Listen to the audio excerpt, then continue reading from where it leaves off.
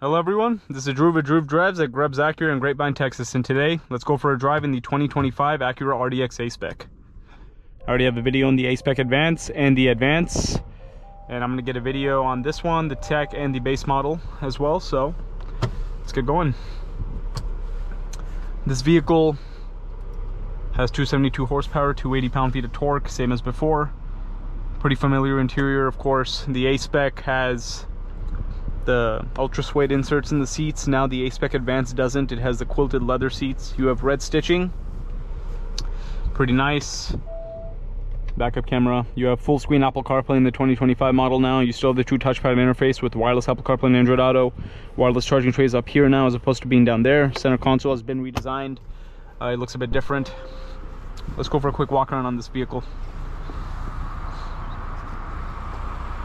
It's finished in Apex Blue Pearl. These are the new wheels on the A-Spec. It's finished in shark gray. The A-Spec Advance has the same wheel design, except it's like the black with the, what do you call, machine finish to it. You have the crosshatch diamond pentagon grille with the black frame around it. Actually, that's pretty normal for the A-Spec, but now all the 25 RDXs have that grille, which I find very interesting. Even the base model and Advance. You have suede on the back. I mean, suede on the doors, as you can see here. Super handling all-wheel drive. Here's the cargo space in the rear, pretty good. Dual outlet exhausts. Yeah, pretty good looking SUV. Pretty familiar as it's been. $52,250 price on the window sticker.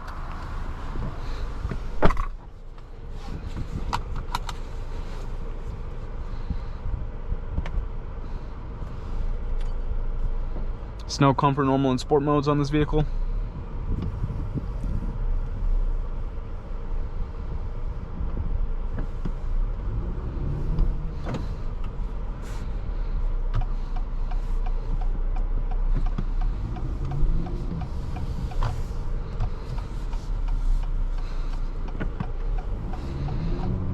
You also have a panoramic sunroof.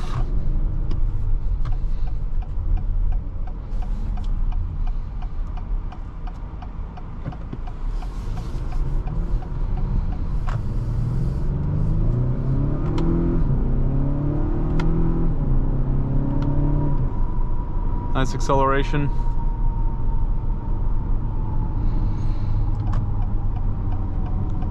I mean, the 2025, it's basically the same. It's just a few updates here and there. And yeah, the Apple CarPlay is a nice thing, and I feel like the transmission is a bit quicker, because I'm pretty sure with like a facelift they're gonna, you know, tune the transmission, you know, try to make the transmission a bit snappier, try to fix any bit of lag. I definitely do see a little bit of difference there. But other than that, if you really like the current generation of the RDX, this is the second facelift on it, so it's probably gonna be the next big change on the RDX will be the redesign, which will also have a Type S variant, which I'm very excited for. The RDX is the only model that does not have a Type S right now, so it's gonna be pretty awesome. If it has a 355 horsepower V6 in a smaller SUV, it's going to be amazing. And if it sounds like the TLX Type S, and I'm just really excited to see how that's going to look. It drives pretty good. I mean, the RDX, the current generation of the RDX, it is a very nice driving vehicle. When it came out in 2019, it kind of, you know, was the start of Acura's renaissance, so to speak, of their new changes in the cars, because, you know, the designs were very outdated at that point. And Acura, yeah, it was just, and then it was just basically two screen setup. There was really nothing exciting about the cars. And then when this redesign came out with the precision cockpit and all that, it changed. The RDX was like the start of the change of the TLX, the MDX, etc. So yes, this is basically what this current generation of the RDX is, a very important car for Acura.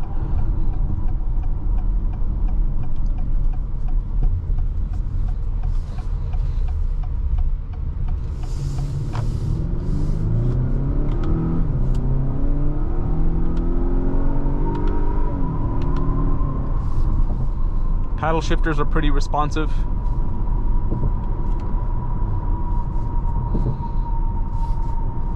You have the ELS Studio 3D 16 speaker sound system.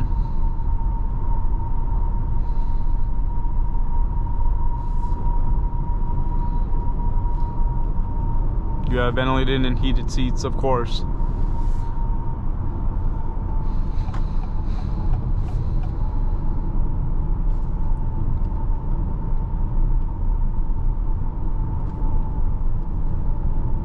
Yeah, pretty overall comfortable. As I said, it just feels just like another RDX A-Spec. It's a nice driving SUV. It's pretty quick, it looks good, it has a comfortable interior. It's got what you need with Apple CarPlay and such.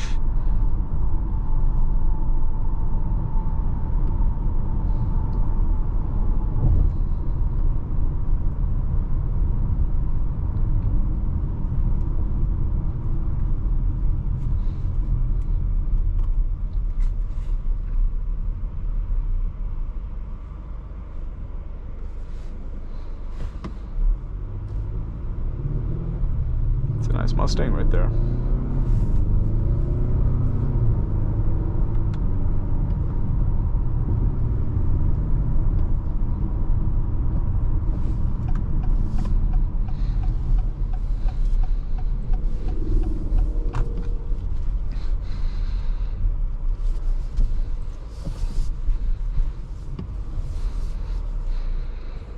Now let's just look through the infotainment real quick.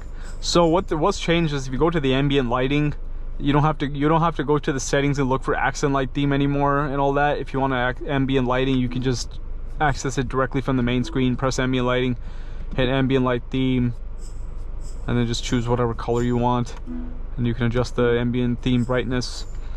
And you know, the true touchpad interface, it's honestly, like, people say it's not, people are always like, you know, trying to ding the true touchpad interface, but at the end of the day, yes, a touchscreen may be easier, but this is not that hard to use, to be honest with you. When you use a true touchpad interface for even like a day, you're gonna get used to it. Like it becomes like second nature. And it's not like a trackpad that you'd find in some like Lexus products, which is really, really horrible, but this one is a lot better for being a touchpad. And yeah, I mean, it's pretty, as I said, pretty nice SUV, pretty familiar, as we've seen before. There's the panoramic roof. You go to the, let's see, you go to settings, go to vehicle, you can adjust some stuff right there, sound and all that. But yeah, basically in the main screen, the biggest difference is this ambient lighting, little paintbrush icon right there. But yeah, there's no individual mode in the RDX. It's just the normal dynamic mode selector. But yeah, that concludes this video. If you enjoyed this video, please consider subscribing.